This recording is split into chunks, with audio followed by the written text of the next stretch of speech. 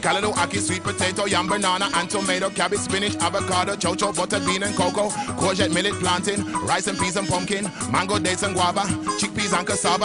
Very few people recognize what is my favorite show on YouTube of all time, Spirit Science. And this video will be a little bit different, because I've had this thought for a while now, that the creator has his own webpage and everything, and he has been sharing something from Cowspiracy and everything, and talking about the cost that the animal agriculture is doing. And I assumed that he had transited to a vegan diet, and there was also something that was pointed towards it. For instance, in this second episode about chakras, you see this clip. You may have to ask, but Reiki masters can also typically communicate to your higher self for you, and ask you what you need to progress in your path.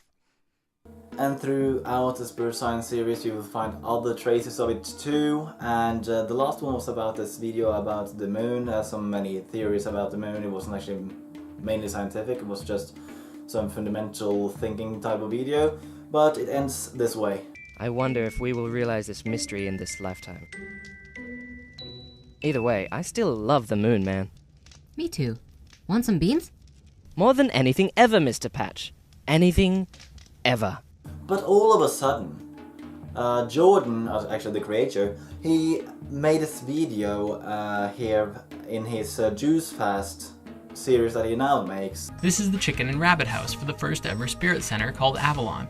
As you can see, it's not quite finished yet, and this has been an ongoing project over the last year. It started actually for two reasons. We originally wanted to have chickens living with us so that we could have fresh eggs for the community. Okay, first of all, we talk now, let's start with spirit. Egg production is very bad. We talk about altered chickens that are actually altered to have a daily menstruation cycle. And even if those are not the case, chickens, if they don't have a baby in the egg, they will cannibalize it in order to get the nutrition back. So on the karma base, that's not very good actually. Science. Eggs are extremely unhealthy, and there are so many studies showing this. And I know that there has been some few studies showing the opposite. It's immense how many studies you will find that eggs can't even be called healthy. And for developing further spiritually, the best thing is actually to cut out eggs totally. But actually a friend moved in and he really wanted to get some rabbits, mainly so that he could eat, but we were trying to do this community thing, so we said sure. Anyways, he got some rabbits set up, and they were mostly confined to small cages at the time, which we thought was unacceptable. And when he left, we had two options. Just get rid of them or let them free, or use it as an incentive to build a proper home for critters up in the mountains. And now, of course, the question is, why are you feeding bunnies? Why do we have bunnies in the first place? It's sort of a long story as to how they came here, but once they were here, I was like, well, they need a good home, so let's build them something. And the biggest reason why we're raising bunnies is, in fact, to feed the cats. Wow. Seriously. You have been such an inspiration, such an idol. You put me on the right path from the beginning. You helped me out of depression. You got me like more enlightened.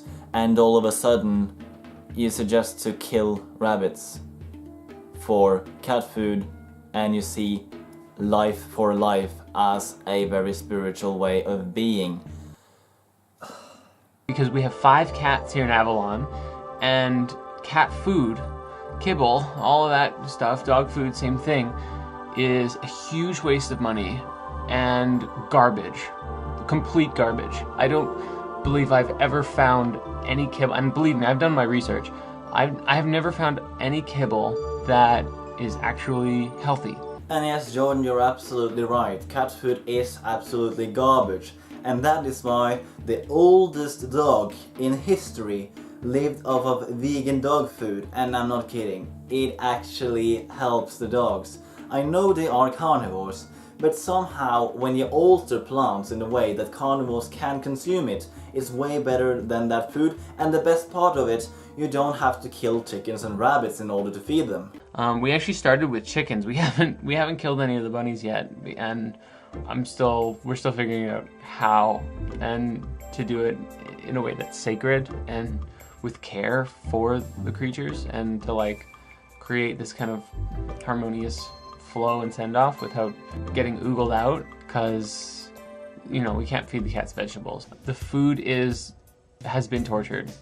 The food has been taken very poorly care of. There's not very many farms, at least not in this country, and food, if it's in a supermarket, it was mass farmed. So those animals are treated very poorly. They don't eat natural. They are sick. They are pumped with hormones so that they don't get sick because they're eating the wrong kinds of food.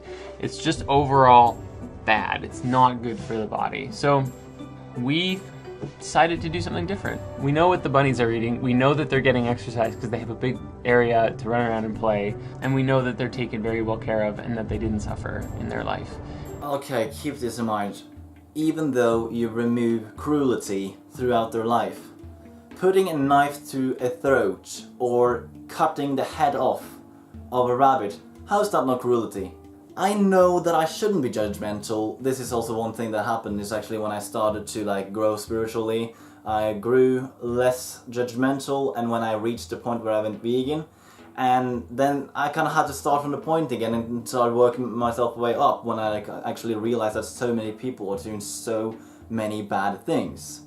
However, when it comes to this, what do you think the karma will say about killing many rabbits? I'm talking about innocent rabbits killed just to feed cats, when you can actually feed them vegan cat food. And also later into the juice fast, he actually comes with when he stopped with doing the juice fast and then tried to be raw and then tried to be vegan and then back to very bad habits again. Let's see. Most days lately, and since the juice fast, now I went raw for about a week and a half, maybe a week. It was like a week and a half, but it was like waffling at the end of the half week, because but it was solid for like a week, and then I started to sort of go like, well, I can be vegan, and then sort of it kind of went down from there. So I kind of returned back to my old eating habits. I'm still trying to cut out every bit of processed food that I can. And how we ended it was even though if you're vegan, if you are fully raw or anything like that, it doesn't really make sense. But the bottom line should be vegan, and there are very good reasons for it, because that's where cruelty ends. And you say that you had added you should be good towards people. That's speciesistic. That is actually totally speciesistic, and not to judge, but it is. And this shouldn't be the case. Removing cruelty as much as possible should be the bottom line. So vegan is the point, and if you want to do a juice fast, and if you want to go raw, if you want to be fruitarian or whatever, that is the choice, but the bottom line is vegan.